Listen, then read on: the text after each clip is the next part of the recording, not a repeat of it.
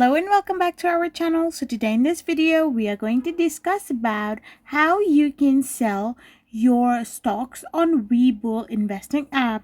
So without wasting much of our time, let's get straight to our video.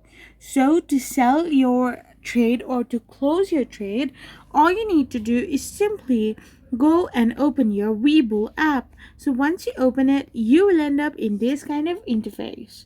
So now all you need to do is simply tap on the hamburger like icon on the top left hand side of the corner and simply go to my positions.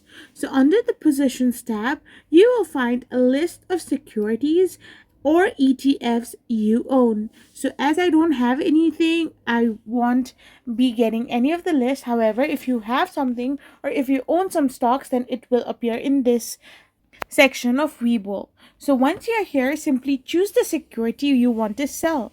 After you have done this, you need to click on Sell to Close. Once you have done this, specify the quantity to sell, order type, etc. as required and as prompted on screen. So once you do this, you'll be able to sell your stock on Webull app. I hope you found this video helpful, so don't forget to hit that subscribe button and do give us a thumbs up. We will be back again with more informative videos. Thank you for watching.